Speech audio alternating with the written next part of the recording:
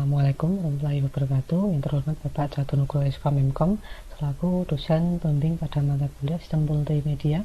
Pada kesempatan kali ini saya Ivan Taufikur Rahman akan mempresentasikan hasil dari ujian akhir semester yang telah saya kerjakan. Pada ujian kali ini kita diharuskan untuk membuat presentasi ya, cara mengkompresi audio dan video. Mungkin langsung saja. Di sini untuk pengertian dari kompresi adalah mengecilkan atau menempatkan ukuran. Kompresi data adalah teknik untuk mengecilkan data sehingga dapat diperoleh file dengan ukuran yang lebih kecil daripada ukuran file aslinya. Kompresi dibutuhkan untuk memperkecil penyimpanan data karena ukuran datanya menjadi lebih kecil dari aslinya, mempercepat pengiriman data, dan memperkecil kebutuhan bandwidth.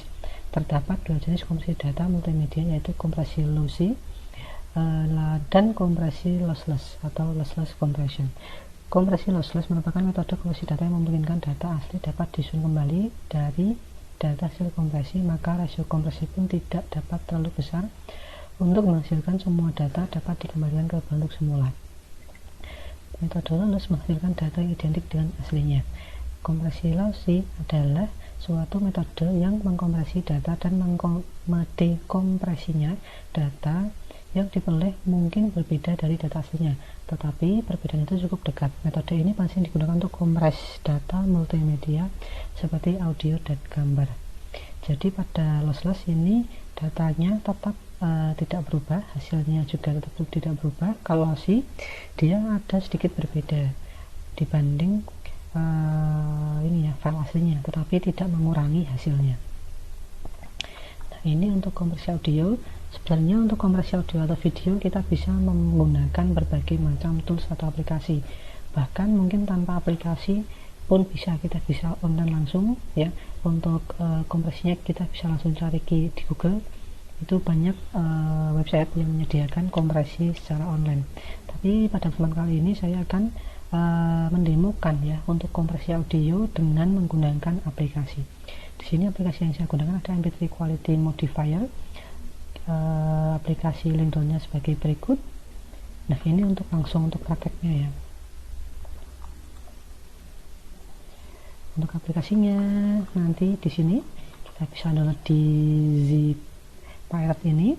Kita tinggal download aja di apps MP3 Quality Modifier, kita download, lalu kita install, lalu kita run atau jalankan.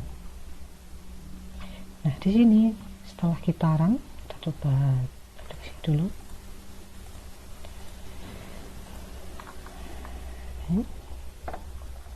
Nah, di sini kita bisa pilih add files. Ini untuk memilih file yang akan kita kompresi. Saya sudah menyiapkan contoh bahan. Nah, di sini saya menggunakan lagu ya. Untuk file asli sendiri di sini dia 67 MB. Nah, di sini untuk add files tadi untuk menambahkan file. Nah, setelah kita pilih filenya, maka nama file akan nampak di aplikasi seperti gambar berikut. Lalu kita bisa mengatur bitrate, modus, frekuensi, dan lain-lain. Jadi di sini ada beberapa tools ya yang bisa kita gunakan. Contoh di sini kita bisa mengatur frame ini ya, rate-nya. Jadi ini berapa kilobyte per second untuk rate-nya. Semakin kecil nanti akan mengurangi juga untuk ukuran file yang akan kita kompresi, tetapi tentunya nanti juga akan sedikit mengurangi kualitas dari audio yang dihasilkan. Ini juga bisa diatur-atur, ini bisa dibuat stereo, mono, dan sebagainya. Ini sampel frekuensi kita bisa setting. Di sini saya coba untuk ya saya turunkan atau saya buat 90. Seperti tadi saya bilang, semakin kecil maka juga nanti hasilnya file ya yang kita kompresi juga akan tambah kecil nantinya. Di sini jangan lupa ada destinasi atau tujuan file itu disimpan ya. Di sini kita bisa taruh di tempat yang kita pilih. Contoh di sini saya menempatkan di sini ya. Lalu saya pilih di hasil kompres. Oke. Kita coba untuk proses ya, kita proses, kita tunggu. sampai prosesnya selesai.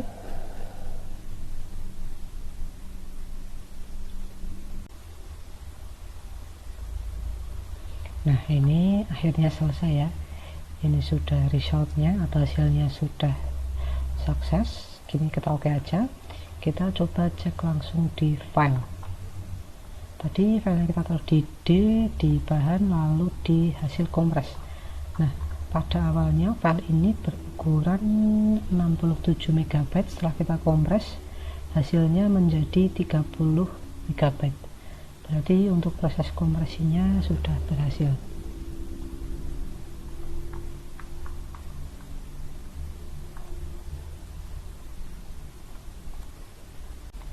Nah, lalu selanjutnya akan kita coba ya, sekarang masuk ke kompresi video. Nah, seperti audio tadi, untuk video kita juga menggunakan aplikasinya namanya Handbrake, yang kita bisa unduh di website berikut. Kita seperti biasa, kita ini di sini untuk downloadnya ya, di handbrake.vr kita download ini untuk filenya, kita install, lalu kita run. Untuk tampilan aplikasinya,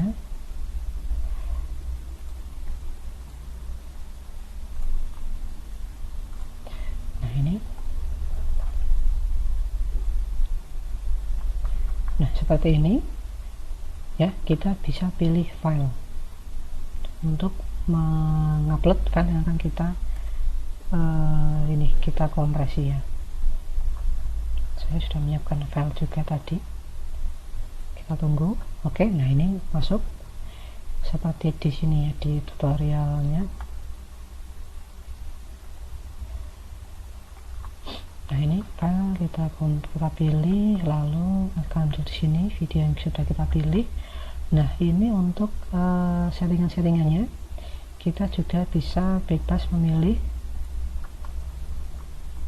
akan dibuat seperti apa. Contoh di sini formatnya kita bisa edit. Di sini bisa kita ubah ke MKV atau MP4 juga bisa. Lalu di sini untuk dimensinya juga bisa kita ubah. Ya, ini untuk resolusinya ya, 720p, 4K dan sebagainya. Filter kita bisa ubah.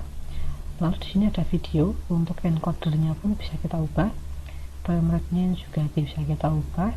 Lalu ini ada constant quality. Nah, ini mirip sama yang audio tadi, semakin kita kecilkan nanti ukuran video yang dikompres juga akan semakin kecil, cuma juga nanti akan sedikit mengurangi kualitas dari videonya. Kalau saya biasanya nyaranin ya sesuai ini aja, antara 22 atau 23 nanti. Audio, subtitle dan sebagainya, sini ada banyak settingannya bisa kita ubah ya.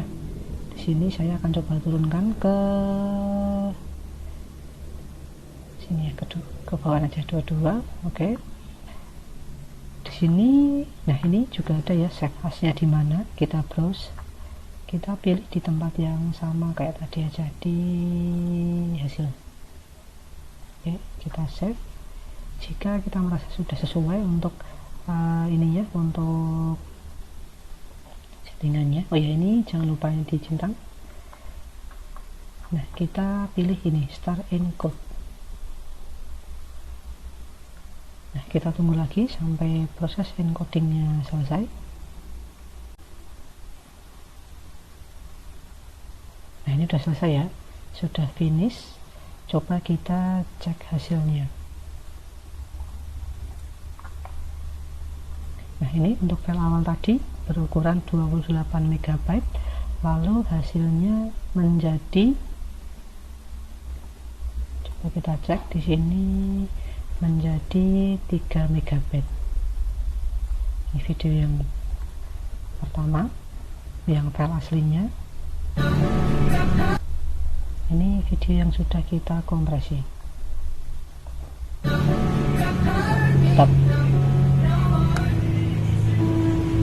Tetap bagus ya hasilnya ya, tidak terlalu mengurangi untuk kualitasnya, namun ukurannya dia sudah jauh lebih mengecil. Jadi itulah fungsi dari kompresi, untuk mengecilkan suatu ukuran file ya, di sini sebagai contoh untuk video maupun audio. Nah, selesai. Mungkin hanya ini yang bisa saya sampaikan untuk presentasinya terkait dengan UAS. Apabila banyak kurang dan kesalahan, saya mohon maaf. kepada Pak Catur. Terima kasih atas waktunya.